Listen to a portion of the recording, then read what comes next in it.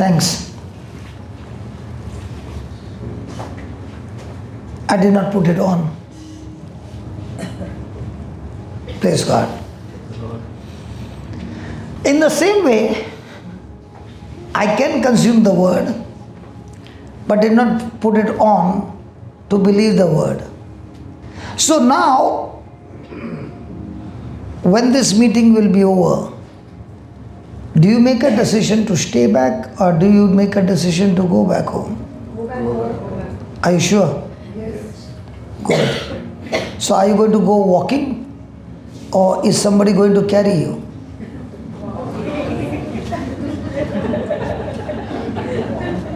All the strong husbands are looking at me. We have passed the test. Sorry? We have finished the test, carrying test. You finished the carrying test. Okay. Praise God.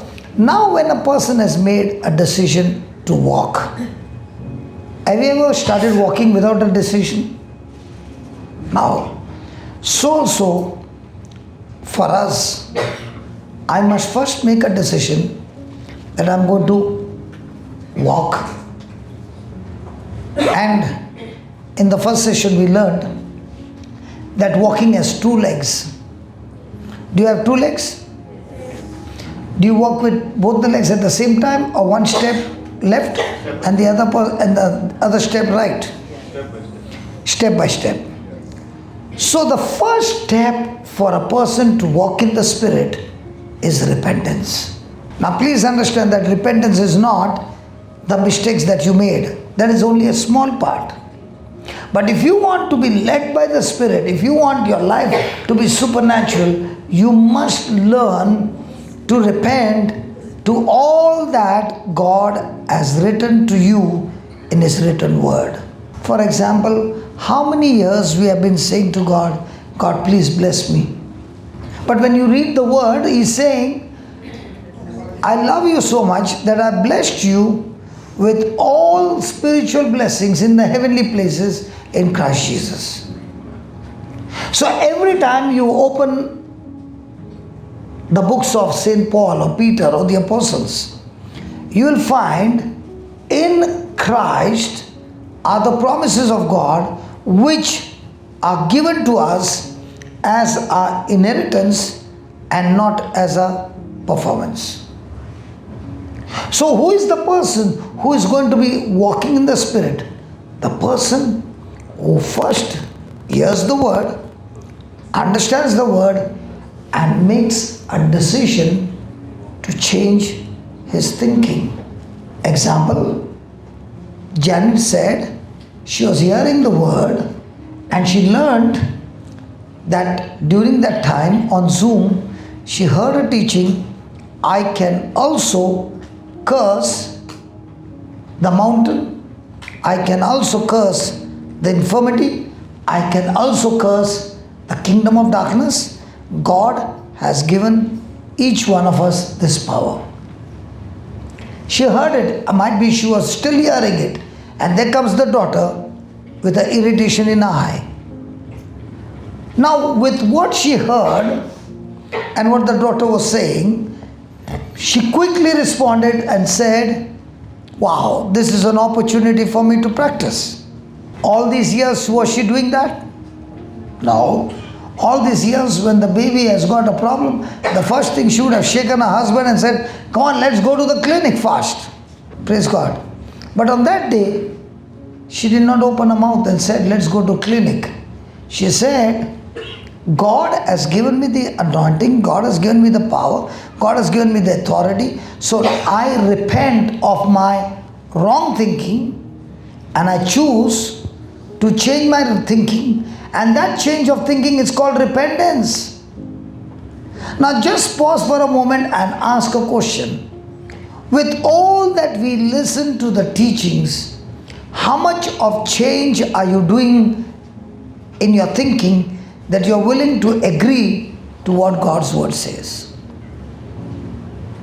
Imagine the fullness of God is in each one of us without discrimination.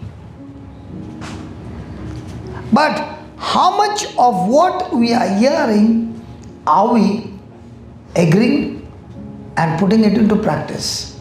So the first leg of you walking in the Spirit is repentance, and the second leg that you're walking is faith. So the real challenge every day is, how much am I studying the Word day and night to use that as a brush to wash my thinking and change my thinking to obey God's Word?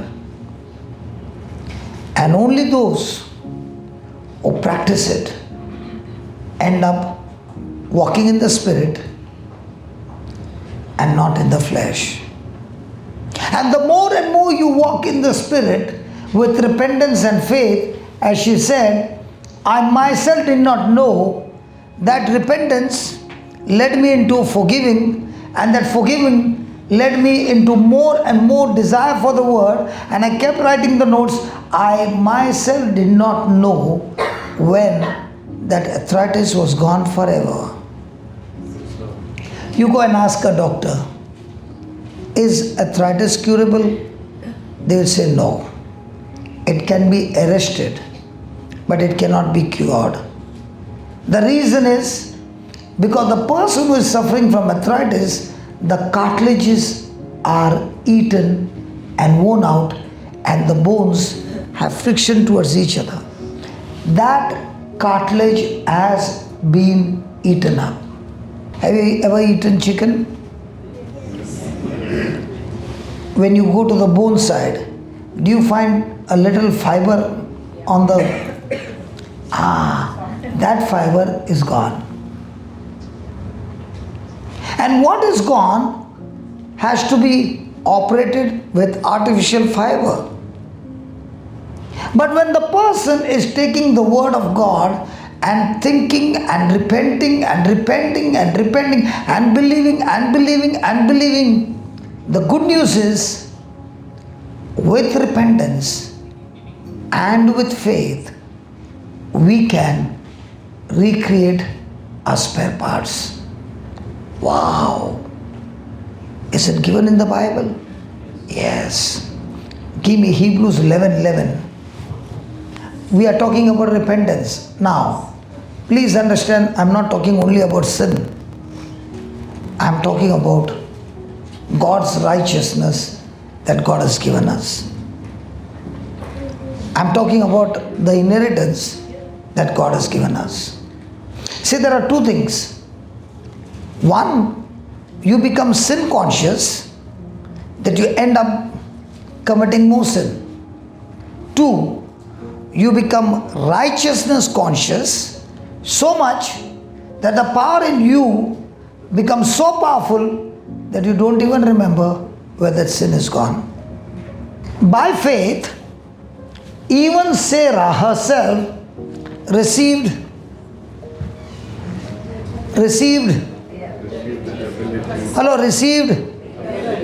the ability to conceive a child even when she was long past the normal age for it, because what do you call consider? Repentance. What do you consider every moment of your life when you face trials of any kind? What is your mind set when you face different kind of trials in your life? Sarah refused to consider her body. She refused to consider her senses. She considered God. In our everyday life, what do I consider in my every moment of life? Do I consider what God said, or do I consider what my body is saying? You might be an excellent person, good in praying, good in studying. Everything is good. But when it comes to applying the Word, you fail. Do you think your life will be supernatural? That's why what she shared a testimony, I love the testimony. She said, I rebuked it and I did not even look at it. After 10 minutes, I looked at the eye. The eye turned white. What did she actually got out of that? She got the repentance. She renewed her mind. She spoke the word, but the word had not yet manifested. But the moment she saw that the eye was completely healed, what happened to her? She experienced. Now remember, experience is like a cling wrap. I was on the flight and they gave us a sandwich. And there's nothing to do on the flight. So that wrapping which was there, I was playing with it. And I was putting my nail and poking it. And it would tear. And the Lord said, why don't you double it? Why don't you make it 4 times? Now why don't you make it 8 times? And as it began to increase, I could not tear it. And that's what God said. My relationship with you is when you repent and practice and you see that small experience, repeat it. Make a repetition of so much that the cling wrap goes on wrapping it over and over again. In no time, it becomes a practice. You are training your system to rely on God and not on your own senses. Faith comes by hearing and hearing by the word of God. I agree. But even though faith comes and that person is not applied, it doesn't work. But a person who is using that, what he is learning and practicing on somebody or practicing on his own life and is getting that experience and he does it every day, in no time, he begins to see that everything in his life turns out to be supernatural. And that's what happened to her. At the age of 90, no woman can ever think of getting a fresh womb. Organs are already dead. They're past age. But if she could consider what God said, you and I also can consider what God said. And now that considering makes you walk in the Spirit.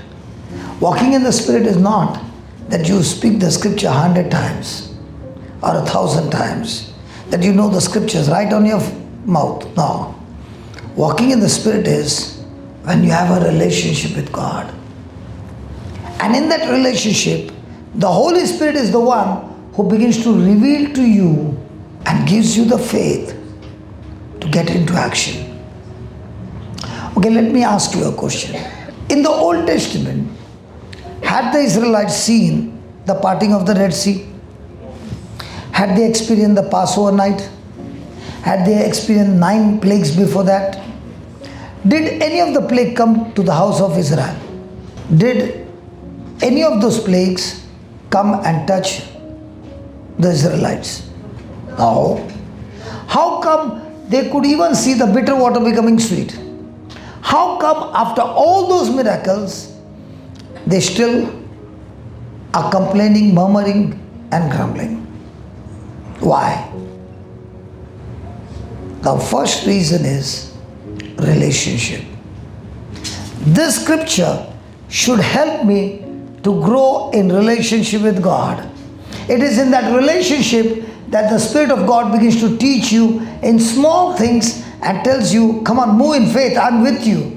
I'm the one who will confirm the word. I'm the one who will help you. I'm the one who will take you to the supernatural.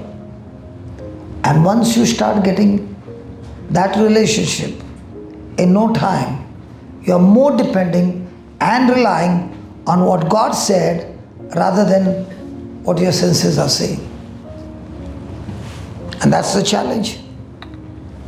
And once you learn this system, you cannot live a normal life. You are living a supernatural life, and your life begins to touch people around you because now the power in you is so stronger compared to those around you. She considered him who had given her the promise to be reliable and true to his word. Can you consider God without his promises? Can you rely on God without His promises? There are two things that God has given you. One is the promise, and the second thing is He has sworn over those promises by taking an oath. And these two things can never ever be changed.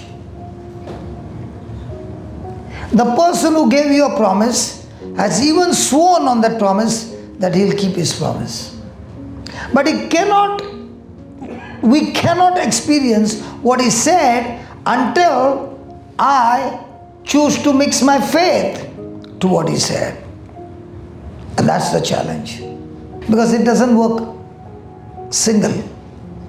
God is infinite. He has got power beyond our imagination. He can easily do it. But He says, I won't do it alone. I want you to do it. Because I want to see my children champions on this planet Earth. And I tell you, when you start considering His promises, your life is supernatural. You're no longer living a normal life. Every day life becomes supernatural. Put it again, Galatians 5:16. Look at the 17th verse. For the flesh lusteth against the spirit, and the spirit against the flesh. So is the battle outside or is the battle inside? Today I'm remembering when I started a Bible class years back in a place called Jogeshwari at Andheri, between Andheri and Jogeshwari. The place was called as a Kaju Wadi. And I used to have that Bible class every Monday. And we would start at 5 o'clock in the evening. And the class closing was no time. And the rule of the class was anybody can come in the class and anybody can go. And the class would end up somewhere around 11 o'clock or 12 o'clock. And God is my witness. There would be so many people coming from work. And instead of going home, they would come for half an hour. Some of them would come for 20 minutes. Only to see that when they would come even late and receive something, they would come back the next week. Because when the word of God is preached, the preacher is only teaching people only one thing: between sight and unseen. And all our life from childhood we have been taught to believe things seen. And the supernatural is only on things not seen. If the preacher has not made the congregation to believe in the unseen, he has failed miserably. That's the challenge. If I can rely on that lady, as I told my brother Ivan, that lady whom you have never seen and you don't even know from which country she is. But she sits in your car only if you ask her to talk to you. But when she says, take a left turn, you take a left turn. Might be it's not so much profitable in Dubai, but when you go into the interiors and you don't know the route, she talks to you. And if I can rely on her and follow her, how much more should I rely on this? Because this is a GPS of heaven given to us by the Creator. And the challenge every day is, when I rely on this, my unrenewed, corrupted mind, self-centered, selfish mind will talk to me not to believe. Remember, my friend, the war is never outside. The war is inside. What Janet shared was, I had an issue with my brother. The issue was not with a brother. The issue was with her.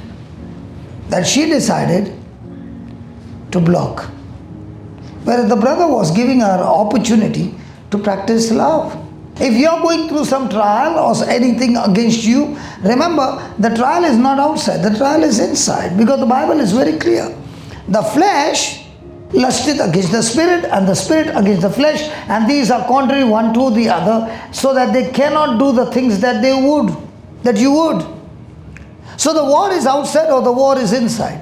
And if the war is inside, what is your war? Fight against somebody or fight against your flesh? Come on. Every day there is a war. And the war is, the flesh wants to rule over your heart and master you, so that the flesh can surely lead you to self-destruction. And on the other side, Jesus wants to take over your heart if only you allow Him, so that He can guide you into that everlasting life, life in abundance. The choice is ours. And this battle goes on throughout the day. No one is exempted, including Jesus. So that you cannot do the things that you would. If the Spirit of God is ruling over you, then the flesh cannot do the things that he used to do. And if the flesh is ruling over you, then the Spirit of God, who wants to do good things in your life, he also cannot do, because the ignition key is in our hand. Which one will you allow to operate? And then, but if you be what? But if you be, you are not under the law. You are under grace and faith. Praise God. I want you to write some important points, and then we go and study those points, because God's desire is that each one of us live not under the law, but under grace and faith. Praise God. Write down. Be led by the Spirit means, be led by the Spirit means to be willing, to be willingly led of the Spirit. That means when we are willingly led of the Holy Spirit, that is to walk in the Spirit. To walk in the Spirit. Can you write the next line with bold capital letters? It means an act of a will. It means an act of a will. Has God given you the freedom to choose? Yes. Everybody? Yes. So will the enemy, the devil, speak to you using your body? Yes. See, listen. Have you got a physical body? Yes. Are those five senses in your physical body? Yes. Does your body communicate to your soul Yes. Yes. using your senses? And most of the time, your senses will speak to your soul about self-comfort, self-gain, self-sufficient, self. Who will speak? Body. To whom? To your mind. At the same time, when you are studying the Word of God, is that Word stored in your heart? Yeah. Does the heart have connection to your senses? No. Your heart has only connection to a sixth sense called faith. So your heart can understand the things written in the scripture. Your body can understand the things which are physically seen. But your heart can understand things which are unseen. Now we had some snacks, right? I know it must have been a small quantity, but at least something went inside. And somebody said, you know, you ate 230 calories. Praise God. If one samosa is 230 calories, in Bombay we eat how much, man? Now after eating those samosas, okay, your stomach, you are at rest, but your stomach is working. What is your stomach doing to that samosa? Digesting. And converting into what? Calories, very good. And that calories are used to move your body. It's a fuel. In the same way, now what you are sitting and listening to the word, is that word also food to the body or to the spirit? So now what is your spirit doing? Digesting the word through the Holy Spirit and converting into faith. So on one side, faith is growing. On the other side, your body is communicating to you many things in the physical, and now that's growing sense knowledge. So what's the battle now? A battle between the sense knowledge and the faith knowledge. Out of these two, which one do you choose? One of the excellent example is Jesus had told them before the crucifixion that he's going to be crucified, he's going to be dead, he's going to be buried, and on the third day he's going to rise up again. Right? Did the disciples believe? No. But did Jesus, after his resurrection, walk through the walls? Yes. Did he stood in front of them? Yes. Did he say, peace be with you? Yes. Imagine a person died. You are there for the funeral, and after 3 days, you are alone, and the dead man stands in your room. What happens to you? Peace be with you? Come on. So Jesus knows what will happen. He says, peace be with you. And then the disciples tell Thomas, he was not there, hey, we saw the Lord. And what does Thomas say? Unless I see him and put my finger in that wound, I will not believe. 1 week later on, Thomas is there in that room. What did Jesus say? Peace be with you. And then he calls Thomas. Thomas, come here. Come and touch me. What does Thomas say? My Lord and my God. What does Jesus say? Hey Thomas, you believe me because you have seen me. Blessed are the people in Dubai 2024, 26th of January. They have never seen me and yet they choose to believe in me. Blessed are those. Hallelujah. Now tell me, who is more blessed? But the choice, but the question is, do you believe? If you really believe, when was the last time you got worried? How many years back?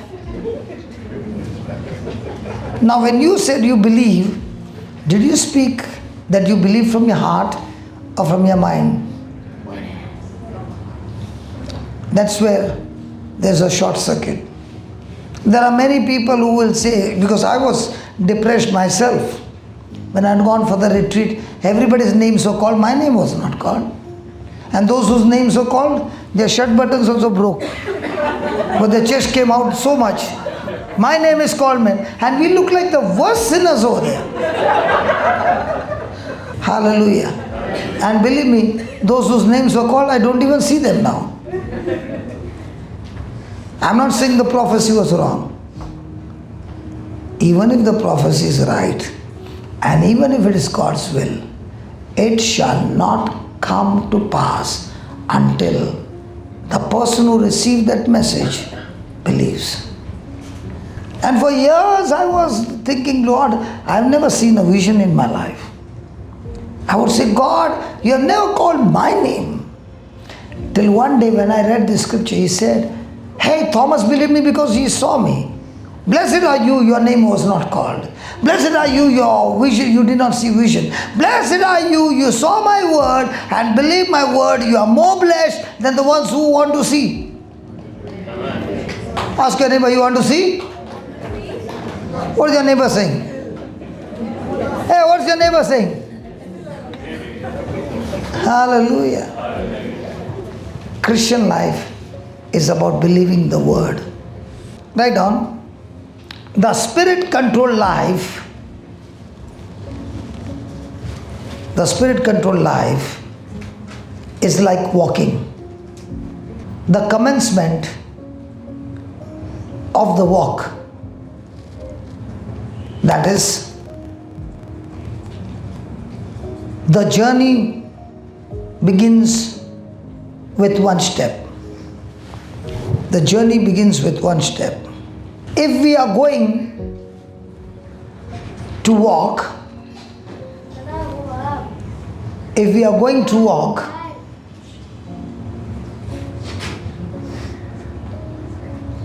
then we have to decide to walk.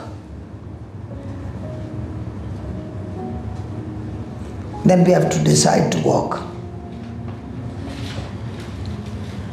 The commencement of the walk, the commencement of the walk is an act of a will.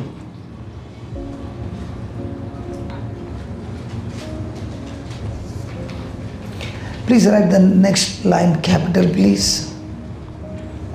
The spirit controlled life, the spirit controlled life is not lived. The spirit controlled life is not lived by willpower, but we enter it by an act of our will.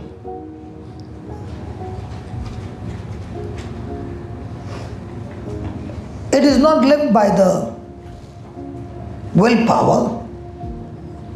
It is not lived by willpower. It is lived by the power of the Holy Spirit. It is lived by the power of the Holy Spirit.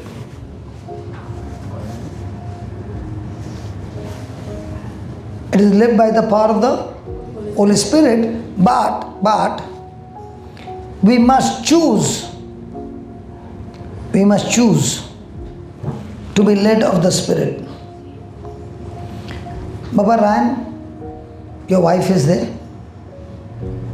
Can you please come here, Baba? Ryan, I can ask her some questions. Or should I ask you? No, he's saying ask her. All the husbands are saying the same thing. Wife, you can ask any question. Please come. Now, I had not seen you. And you were on the phone. Do you remember, Ryan? Do you remember? Yes. Yeah, tell us what was the situation at that time. This was around 3.5 years back when I could talk.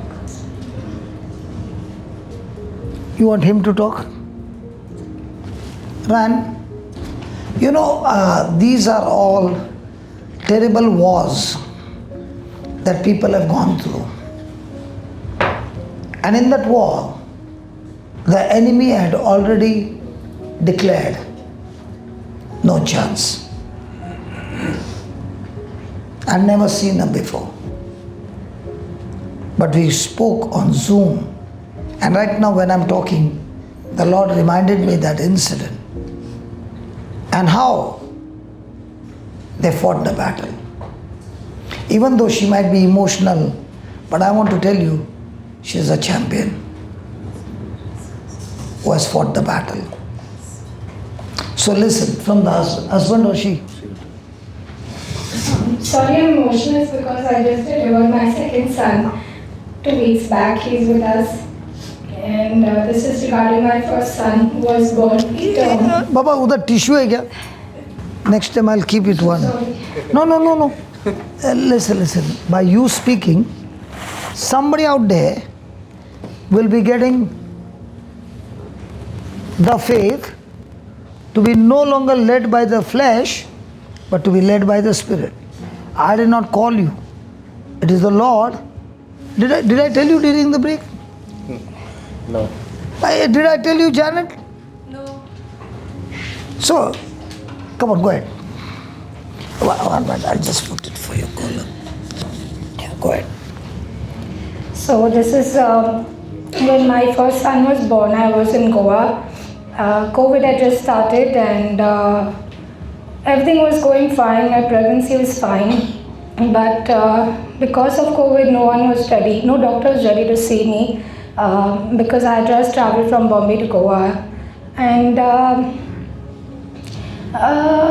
I suddenly once felt like movement was a little less and I needed to get something checked. So I went to one doctor and that doctor just checked me overall and said, it's okay, come after 1 month. But I felt like something was wrong and I needed a second opinion. So I went to another doctor and first thing he told me is go for a sonography and then we will talk. So when he seen the sonography, he said it's an emergency because the water is kind of nearly dried up and like nearly very less and you need to deliver immediately. And we were very, I was How many months you were pregnant at that time? 7. 7. Near 7, 29 weeks. And it was, I didn't know what was happening. I was basically just going by the flow because Ryan was here in Dubai working.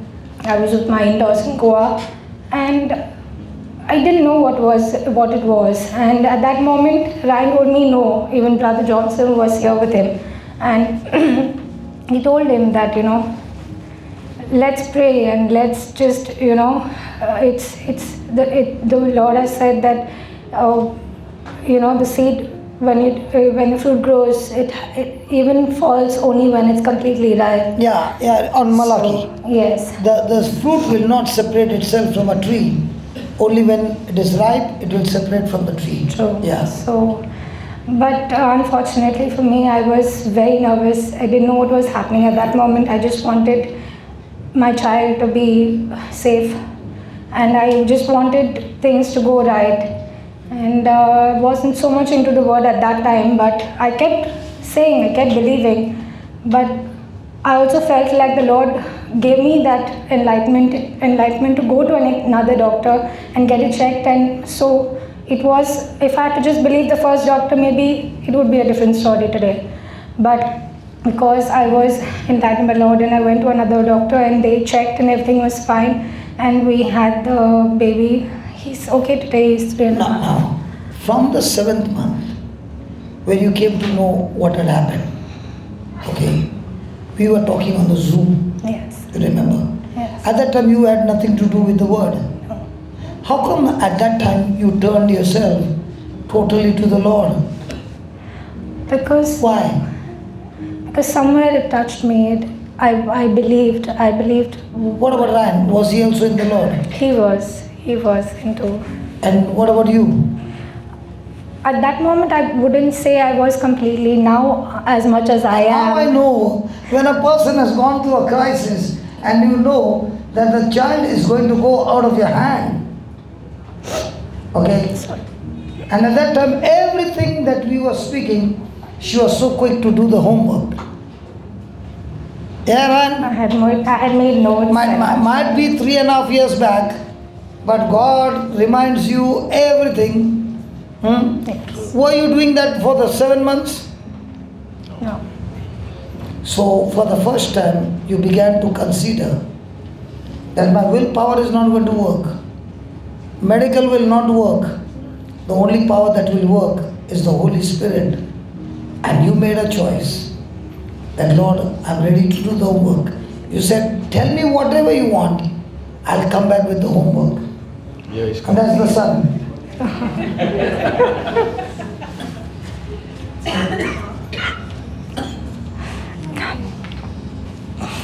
Praise God. They would have lost this child. But that homework of the mother, the father was there, but she would be doing the homework sincerely because she considered the one who gave the promise is able to keep his promise. You know, the Christians are the only people in this world. When they get injured, then they come into the army and tell the commander, I'm broken, I'm shattered, but I want to join the army. And the commander, Jesus, says, it's okay, you're never too late. I'll still take you in the army, I'll still teach you, and praise God, you can see the result. Now, what about the second son? Son? Yes, I think so. Also How was the 9 months? I went all the way till the end. It was good. Did you hear that? The house founded on the word and the house not founded on the word. Is there going to be a difference? Yes. So my friend, check your own life. If it is not, the vacancy is there. God wants you to join the army. Might be you were, but slowly drifted away. But God wants to tell you, it's never too late. And thank you, Baba, even for coming at this hour. God has seen your heart. I understand all of you have come from work. I want to give you a big hand of praise. You did not quit, even though you came for 10 minutes or 20 minutes. God still speaks to us. Now, when you look at the child in your hand, imagine what if Ryan had not to meet the word. How many people in this world are struggling because there is nobody to go and share the truth? And remember, God has chosen each one of us here. You are anointed, you are blessed, you have that potential inside of you, and the devil who is a liar has been telling you, not for you. That's not what the word says. The word says the day you were born again, on that day, God poured His love inside of you, His Spirit inside of you. The only question now is, are you going to go and live a selfish life or a life to share the word? If Ryan is to come and tell me, you know, brother, I got blessed with 2 children, I'm not interested. I would ask Ryan, Ryan, you got blessed, your wife got blessed, the children are blessed. Now tell me, Ryan, what are you doing to bring blessing to somebody who is in darkness? Can we stop thinking about self and start thinking about the one who sacrificed to give inheritance to all of us? Praise God. Thank you very much.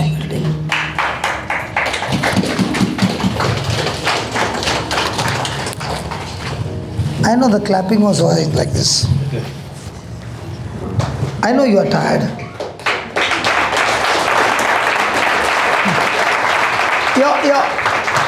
Your clapping is for the King of Kings, the Lord of Lords, who did not abandon. Still at the last moment, he said, you can still make it, but if you are willing to repent. What I liked about her was, when the homework was given, she did not spare even a moment. She got into the homework. Now, when the conflict was going on, did she desire for a healthy child? Yes. But at that time, without the promise of God, without the understanding, was she still operating in the flesh? And when a person has a desire that I want good things to happen, but has got no knowledge of the word, is ignorant, the person might be still walking in the flesh and not operating in the spirit. So, being led by the Spirit is not your willpower, it is by the power of the Holy Spirit, but you are turning your will to God's word and not to the flesh.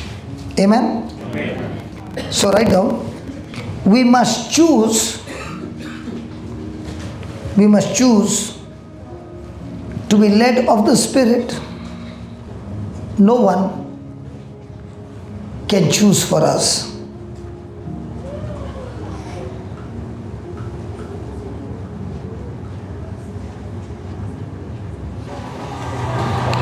Father, we thank you for this word, and let this word that we are going to sing not be just a song but a declaration of our testimony.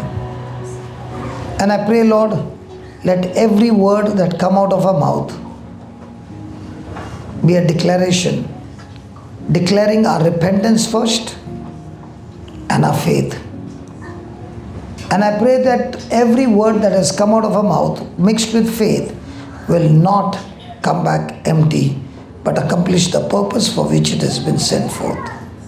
In Jesus' name I pray. Amen. Keep your eyes closed and make that prayer.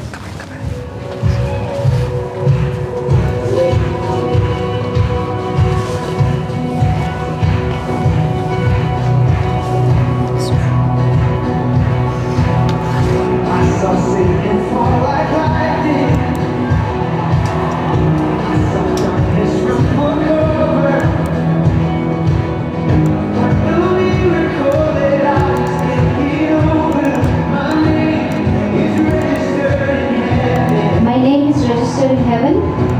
I believe in signs and wonders. I have resurrection power.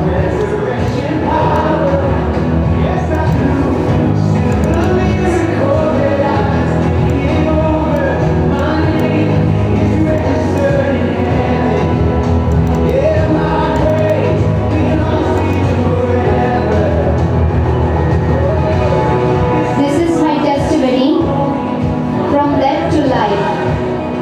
God's grace rewrote my story. I'll testify. By Jesus Christ the righteous. Come on, now you can see the lyrics. Open your mouth and make this declaration. This is your confession. Your repentance.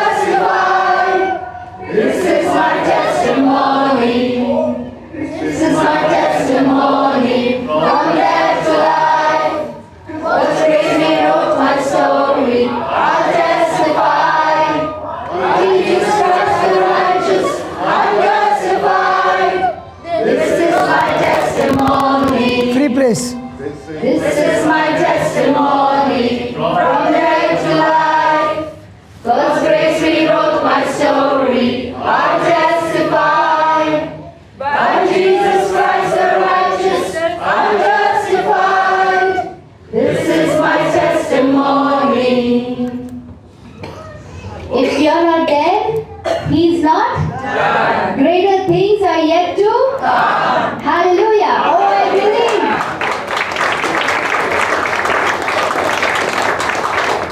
Take the How free many pen. here see yourself have come from death to life? You had an old thinking, but today you repented and now you have a new thinking. You're seeing the new life in Christ Jesus. Amen?